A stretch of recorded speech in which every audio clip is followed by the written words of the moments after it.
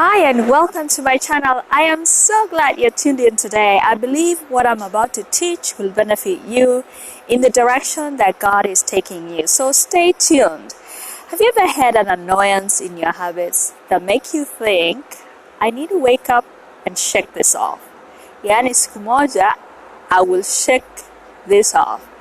Like I'll stop eating, sleeping, drinking too much. Nitaamua, one day, I'll stop talking to all these women. I'll change my phone number and disappear. Sababu wanawake hawezi kunishinda. And vice versa, right? Do you have a siku moja kind of dream? Let me tell you about mine. I've always admired running. So I grew up around world-class runners. Somehow I convinced myself that I had it in me through proximity. So one day I made a New Year's resolution to run a marathon. Wacha, nikajua sijui. Yani nilikuwa najiona nitaamka nichomoe mbio kabisa. I assumed I'd just go run like I see people do it with so much ease. So I started practicing and realized that running didn't come naturally. It's like a skill. After 5 minutes, I ran out of breath and I almost vowed that I will never run again. In this video today, I want to show you one way to make change last for the long term. So let's begin with heroes that are in our neighborhood. Eliud Kipchoge. How did he become a phenom? His coach talked about this young 16-year-old who would come to him asking for a training program. And at that time, he didn't know who this kid was.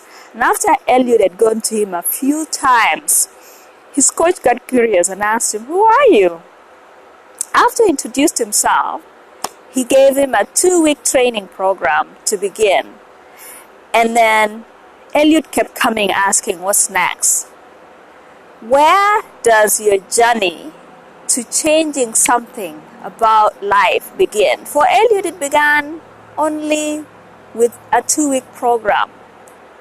So if you want to see any meaningful, lasting change in anything, you have to begin with small steps. You can't succeed long term with a siku moja kind of dream like I did. You know, a child has to learn to walk before they run. And a journey of 1,000 miles, without that first right step, you go nowhere.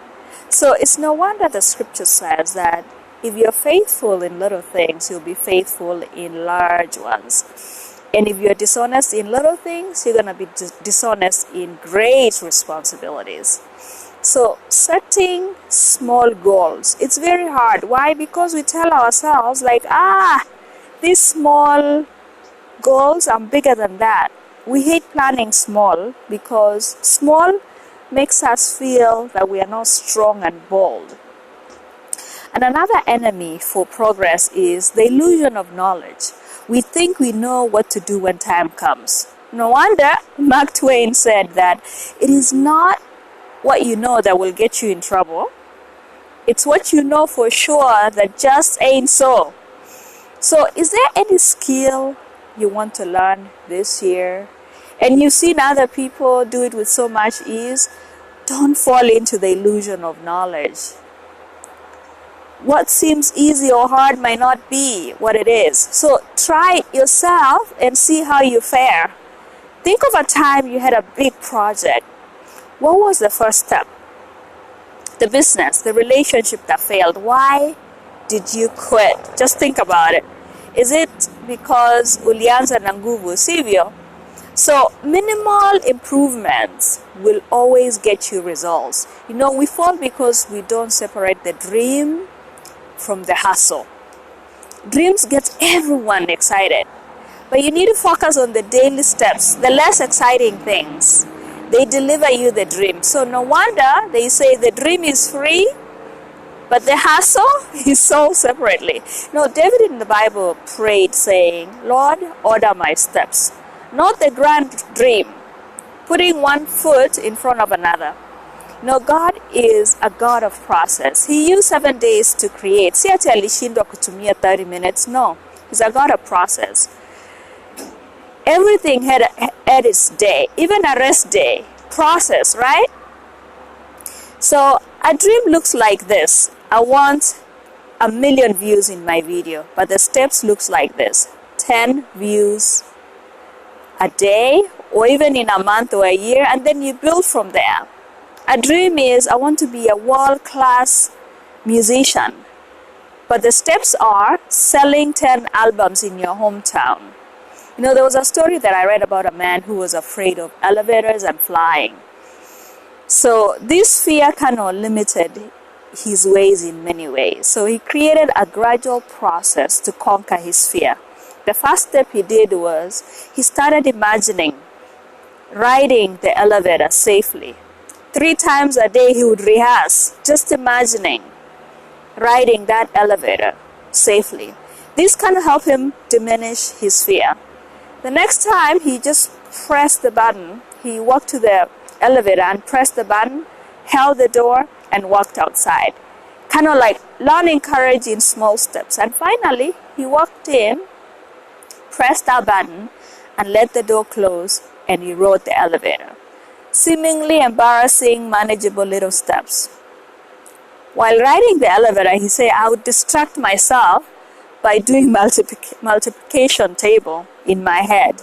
And in the end, he said that I was able to ride all the elevators that I came in contact with.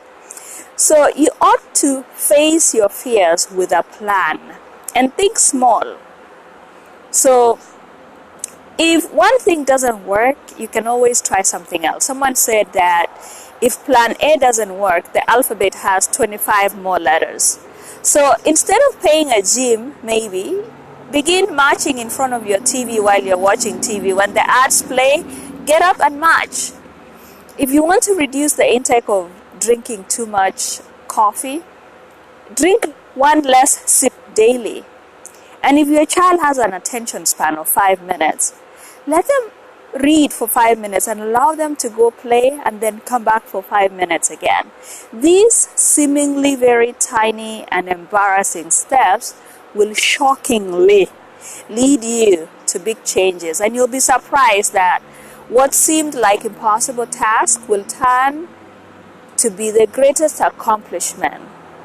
You know, when you tiptoe on something, on anything, you take action every day, you diminish fear, and you kind of like are not afraid of failure. You weaken resistance to change. So don't underestimate those little steps and the power of one day. Was that helpful? Please give this video a like and share it with your friends. I will see you again next time, and don't forget to subscribe.